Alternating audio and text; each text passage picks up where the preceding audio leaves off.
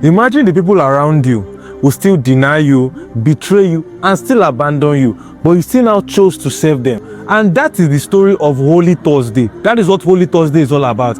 Now let me explain this, because this has been broken down in 4 different ways with 2 different people and 2 different events. Now let me speak about the first event. The first event was the washing of the feet. If you notice, at the Last Supper, you see when Jesus was washing, the disciples' feet. And if you notice, Peter disagrees. Peter says, "Oh, Lord, you cannot wash my feet." And Jesus now said, "If I don't wash your feet, you cannot be a part of me." Which means the kingdom of God was not just about obedience, but about total surrender. Now let's talk about the first person. Who was the first person? Judas Iscariot. Now Judas Iscariot made me understand that proximity is not the same thing as obedience. You understand? Judas was close to Jesus. He was the one handling the treasure box. He was a very close disciple to Jesus. But what did he do? He betrayed Jesus. You understand? Now let me go to the second person. Who was the second person? The second person is who? Peter. You understand? Everybody knew that Peter was, one of the disciples that was the most closest to Jesus. You understand? But what did Peter do?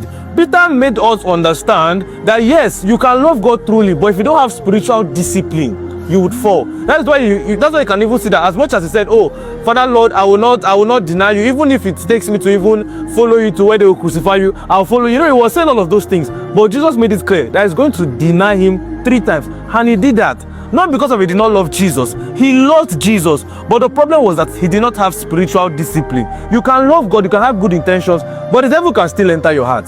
You understand? Now let's go to the last part, which was, the prayer at the garden. The prayer at the garden shows that, taking obedience even when it looks hard. You understand? That's why you can see where Jesus now said, "Let your will be done. Not my will, but let your will be done." You understand? These 4 different events, or these 2 different events, and these 2 different people made me understand different things about humility.